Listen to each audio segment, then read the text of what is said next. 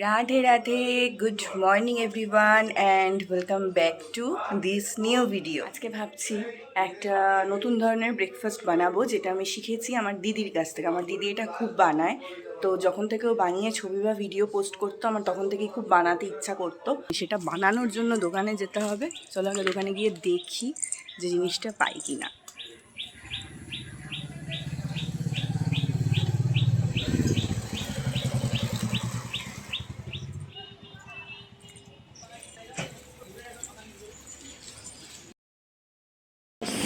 দেখো খালি রাস্তাঘাটের, বৃষ্টি হয়েছে যেহেতু এই কদিন ভীষণ, রাস্তাঘাটের অবস্থা বিশাল খারাপ। বাট আজকে রোদটা কিন্তু দারুণ উঠেছে। এলাম, সাথে আরও কয়েকটা দরকারের জিনিস ছিল, সেগুলো নিয়ে যাচ্ছি। বাট সামনের দাদার দোকানটা খোলেনি, তো বাজারের ওদিকে যেতে হয়েছিল, তারপর পেলাম। এটা এত সুন্দর রোদ উঠেছে, কি ভালো লাগছে। সকাল থেকে যেটা বানাবো করছি, এবার সেটা বানিয়েই ফেলা যাক। আজকে বানাবো সাবুর পোলাও। তো সেই জন্য সকাল সকাল গিয়ে সাবু এনে সেটাকে এখন জলের মধ্যে ভিজিয়ে দিচ্ছি। প্রায় 45 মিনিট মতন এটাকে ভিজিয়ে রাখবো, দেন বানাবো, কারণ সাবুটা নরম হতে সময় লাগবে। এটা আমার দিদি অনেকবার বানিয়ে ফেসবুকে পোস্ট করেছিল, তো তখন থেকেই আমার ভীষণ ইচ্ছা হয়েছিল এটা বানিয়ে খাওয়ার জন্য। তো সেই জন্য ভেবেছি আজকে এটাই বানাবো। কে যেন জানলাতে দেখো এক প্যাকেট পটল ঝুলিয়ে দিয়ে গেছে, মনে তো হচ্ছে সবজি কাকু, কিন্তু এটা বাইরে থেকেই নিতে হবে।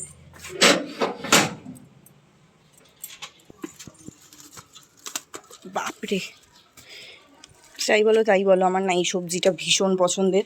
সেদ্ধ, ভাজা, তরকারি, আমাকে 4 বেলা দিলে আমি তাই খাবো, এটা আমার এত পছন্দের। ওদিকে সাবুটা নরম হতে থাক, এদিকে আমি সবজি যা কিছু দেবো সেগুলোর কাটাকুটিগুলো এই সুযোগে সেরে নিই। তো মোটামুটি ঘরে গাজর, তারপরে বরবটি, টমেটো, আলু এই সমস্ত ছিল, ক্যাপসিকামও ছিল, তো সেই সব দিয়েই বানিয়েছি। পোলাওটার মধ্যে মেনলি ওই চিড়ের পোলাওয়ের মতোই যত সবজি দেওয়া যায় ছোট্ট ছোট্ট করে ডুমো ডুমো করে কেটে, তত দেখতেও ভালো লাগে আর খেতেও ভালো লাগে। খেতে ভালো লাগে বলছি এই কারণেই, কারণ এর আগে একদিন আমি আর রাজাধিরাজ বানিয়ে খেয়েছিলাম। তো সেদিন যেহেতু প্রথমবার বানিয়েছিলাম, আমার মনে হয়েছিল যে সাবুটা একটু বেশি নরম হয়ে গেছে, কারণ ওই দিন আমি 1 ঘন্টা ভিজিয়েছিলাম। তো সেই জন্য ভেবেছি আজকে 45 মিনিট মতন ভেজাবো, ভিজিয়ে দেখি যে ঠিকঠাক হয় কি। 45 মিনিট ভেজালেও যদি দেখি যে নরম হয়ে যাচ্ছে, তাহলে টাইমটা এর পরের বার আরেকটু কমিয়ে দেবো। যাকগে, দেখা যাক কি হয় বাকিটা।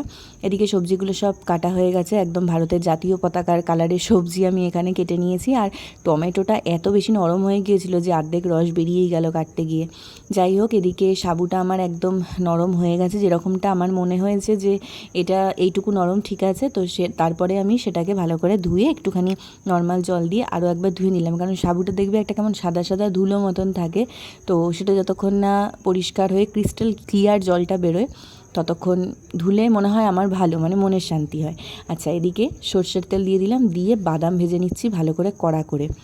এই রেসিপিটাতে বাদাম কিন্তু মাস্ট, মানে দিতেই হবে। বাদাম না দিলে কিন্তু মোটেই ভালো লাগবে না খেতে, এটা আমার মনে হয় পার্সোনালি। তোমরা যারা এর আগে বানিয়েছো বা জানো কী কী দিলে ভালো লাগে, তারা বেশি ভালো বলতে পারবে। এরপর এখানে ফোড়নে দিয়ে দিচ্ছি গোটা জিরে ফোড়ন আর কারি পাতা ফোড়ন। তো এবার ভালো করে ফোড়নটাকে জ্বালিয়ে নিয়ে একদম কালারফুল সব সবজি আজকে ছিল, সেগুলো দিয়ে দিলাম। দেখতে কত সুন্দর লাগছে বলো তো। তো সবজিগুলোর মধ্যেই নুন, হলুদ, স্বাদ মতন মিষ্টি দিয়ে দিলাম, দিয়ে এবার ভালো করে ঢাকা দিয়ে দিয়ে সবজিটাকে ভালো করে মজিয়ে নেব। সাবুদানার মধ্যে বড় সাবুদানা জিনিসটা আমার এমনিতেই ভীষণ পছন্দের।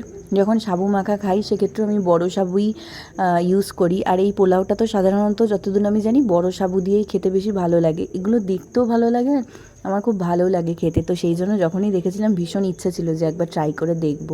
তো এদিকে দেখো সবজিটা বেশ অনেকটাই মজে গেছে, কিন্তু আমি কাঁচা লঙ্কা কেটে দিতে ভুলে গেছিলাম। তো এখন এই জন্য কাঁচি দিয়ে কেটে দিচ্ছি, তার কারণ আমার হাতে যদি একটুও কাঁচা লঙ্কার রস লেগে যায় না, আমার সারাক্ষণ হাত জ্বলতে থাকে। এটা কেন জানি না, আমার হাতের সমস্যা নাকি অন্য কিছুর সমস্যা সেটা আমি জানি না ঠিক, বাট এই সমস্যাটা হয়। ছোটোবেলায় একবার কি করেছিলাম, মা কিছু পচা লঙ্কা সাইডে ফেলে দিয়েছিল। আমি ভেবেছি পচা লঙ্কা কাজে লাগবে না, তো সেগুলোকে তুলে এনে আমার খেলনাবাটির যে বেলুন চাকি ছিল তার মধ্যে সেই লঙ্কাগুলোকে দিয়ে আচ্ছা করে পিষেছিলাম। পেশার পরে আবার সুন্দর করে সেই জায়গাটা পরিষ্কার করে রান্নাবাটি খেলেছিলাম। তারপর আমার হাতের যা অবস্থা হয়েছিল সে কথাটা ভাবলে তো আমার এখনও ভয় লাগে। সেই জন্য না আমি লঙ্কার ছোঁয়াচ বাঁচিয়ে চলি, মানে খুব একটা ডাইরেক্ট হাত দিয়ে কেটে ইউজ করি না, একটু বেটে চামচ দিয়ে বা ছুরি দিয়ে এইভাবে ইউজ করি। তোমাদের কারোর সাথে এরকমটা হয়েছে কি না জানিও। হয়ে গেছে এখানে, এবারে জল ঝরিয়ে রাখা সাবুগুলো দিয়ে দিলাম। তবে আমার মনে হয় যে সাবুগুলো দিয়ে কিন্তু বেশিক্ষণ গ্যাস জ্বালিয়ে নাড়ানোর কোনো প্রয়োজন নেই।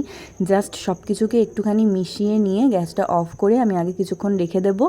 তারপর দেখবে ঠান্ডা হলেই না জিনিসটা একদম ঝরঝরে হয়ে যাবে। যদিও যথেষ্টই ঝরঝরে আছে, কিন্তু যেটা হয় আর কি, সাবু যত জাল দেবে তত তো সেটা গলে যায়, যেটা আমরা সাবুর পাঁপড়ের সময় দেখতে পাই। হ্যাঁ, সাবুর পাঁপড় এটাও কিন্তু খেতে আমার ভীষণ ভালো লাগে। তো জাস্ট 1 মিনিট মতন নাড়াচাড়া করে আমি গ্যাসটাকে অফ করে দিয়েছিলাম। আর তারপরে এটাকে সুন্দর করে বেড়ে নিয়েছি, আর একটুখানি ঠান্ডা করে তারপরে পরিবেশন করলে বেশি ভালো লাগে। ও বাদামটাও মিশিয়েছিলাম, সেটা বলতে ভুলে গেছি, বাদাম না দিলে তো ভালোই লাগবে না। আর সবজিতে তো নুন মিষ্টি দেওয়াই রয়েছে, তবে সাবুতে নুনটা যখন লাস্টবার ধোয়া হয়ে যাবে তখন তার ওপর দিয়ে আমি ছড়িয়ে দিয়েছিলাম, তাই আলাদা করে এখন আর দিলাম না। দেখতে কিন্তু বেশ সুন্দর লাগছে। আচ্ছা, তোমরা কে কে এই সাবুর পোলাও পছন্দ করো আমাকে অবশ্যই কমেন্টে জানিও। আর টমেটো যদি অ্যাভেলেবেল থাকে তাহলে কিন্তু একটা ছোট্ট টমেটো কেটে এর মধ্যে দিও, বেশ টক টক ভাবটা আসে, খেতে দারুণ লাগে। দেখি টেস্ট করে।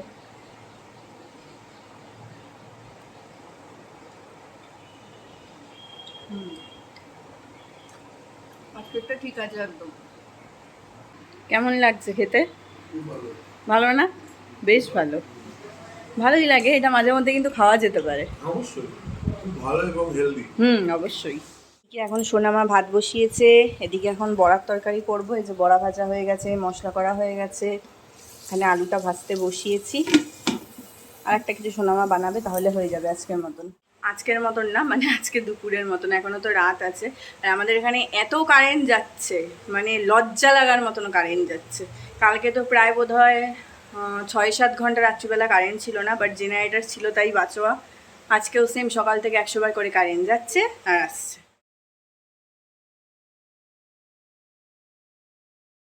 হাই, তোমাদের সাথে আমার কথা হচ্ছে কিন্তু অনেকক্ষণ পরে, অনেকক্ষণ নয়, অনেক ঘন্টা পরে। ওই যে তোমাদের বলছিলাম আমাদের এখানে কারেন্ট ভীষণ ডিস্টার্ব করছে, 14 বার আসছে যাচ্ছে, প্রচণ্ড গরম, মানে একটা বিরক্তিকর ব্যাপার। তো সেই জন্য আমার আর ব্লগটা কন্টিনিউ করা হয়নি। এখন দুপুরবেলা খেয়ে দিয়ে একটা ভাত ঘুম দিয়ে উঠলাম। আর রোজকার এই বিকেলবেলাটাই আমার একদম ভালো লাগে না, সত্যি ভালো লাগে না। ভীষণ বিষণ্ণ লাগে, ভীষণ পুরনো কথাগুলো মনে পড়ে, মনে হয় বাইরের দিকে তাকিয়েই বসে থাকি। প্রায় প্রত্যেকটা বিকেলই আমার একই রকম, সেম একই রকম মনে হওয়া হয়। তো সেই জন্য আমি বিকেলবেলায় ঘুম থেকে ওঠার পর ফ্রেশ হয়ে আগে একটু সেলফ কেয়ার করে নিই। সেলফ কেয়ার মানে আর কিছুই না, একটু ময়েশ্চারাইজার মুখে লাগানো, আর একটুখানি লিপ বাম লাগানো, একটু চুল আঁচড়ে পরিষ্কার পরিচ্ছন্ন থাকা। এটা আমাকে অনেকটাই ফ্রেশ ফিল করায়। এটা যে আমি খালি বিয়ের পর করি এমনটা কিন্তু নয়, এটা আমি বিয়ের আগেও করতাম। আর এই যে কম্বল গোছাচ্ছি, এটা দেখে খুব একটা অবাক হয়েও না যে গরমের মধ্যে আমি কম্বল নিয়ে কি করি। অ্যাকচুয়ালি হয়েছে কি, কয়েকদিন ধরে বেশ বৃষ্টি হচ্ছিল, তো রাত্রের দিকে রাত বলবো না, মানে ভোরের দিকে একটু ঠান্ডা ঠান্ডা ভাব লাগে। আর এখানকার ওয়েদারটা না এরকমই, যদি গরম হয় তো সাংঘাতিক গরম, আর যদি বৃষ্টি হয়ে ওয়েদারটা ঠান্ডা হয়ে যায় বেশ একটা শীত শীত ভাব লাগে। তো সেই জন্য কম্বলটা রাখা। মনটা একটু যদি ভালো লাগে সেই জন্য আমাদের বাড়ির সামনে যে রাস্তাটা, ওটায় 2-3 পাক দিয়ে আসলাম। আর পাক দিতে গিয়ে দেখি এখানে একটা বিল্লি বসে আছে। ও ভাবছে যে এটা কে রে বাবা, ক্যামেরা নিয়ে কী করছে, তাই ও আমাকে একটুখানি অদ্ভুতভাবে দেখে পালালো। আমাদের বাড়ির উল্টো দিকের এই বাড়িটা আগের বছর থেকে তৈরি হওয়া শুরু হয়েছিল, তোমাদের তো দেখিয়েছিলাম যে হয়তো নতুন পড়শি আসছে পাড়ায়। তো এখন দেখছি রঙও স্টার্ট হয়ে গেছে, তাই ভাবি যে সময় কত তাড়াতাড়ি এগিয়ে যায়। বাইরে থেকে একটুখানি হেঁটে এসে এখানে আমি বসেছি আমার নিত্যদিনের ভজন করার জন্য। একমাত্র প্রভু এবং রাধারানী যুগলের শরণ নেওয়ার পরই কিন্তু আস্তে আস্তে আমার এই চলে যাওয়া এনার্জিটা বা যে বিষণ্ণ ভাবটা মনের মধ্যে থাকে আস্তে আস্তে করে কিন্তু এরপরেই কাটে। তো আজকে একটুখানি চা খেতে ইচ্ছা করলো, রোজ আমি চা খাই না, আমার ভালো লাগে না, কিন্তু আজকে ইচ্ছা করছিল আদা দিয়ে হালকা মিষ্টি, হালকা লিকার দিয়ে পাতলা করে যে চাটা হয় সেটা খাওয়ার জন্য। তো সেটাই আজকে বানাচ্ছি। মা কিছু গুড়ের বাতাসা পাঠিয়েছিল, সেটা দিয়ে একদম হালকা পাতলা আদা দিয়ে লিকার চা বানালাম। মাথাটাও একটুখানি টনটন করছে, সেটাও ছেড়ে যাবে, আর এনার্জেটিক ভাবটাও আবার ফিরে আসবে। সেই জন্য চলো আজকে আর ব্লগটাকে লম্বা টানছি না, এখানেই এন্ড করছি। ভালো লাগলে লাইক শেয়ার করো, চ্যানেলটা সাবস্ক্রাইব করো। আজকের মতন গুড নাইট অ্যান্ড বাই।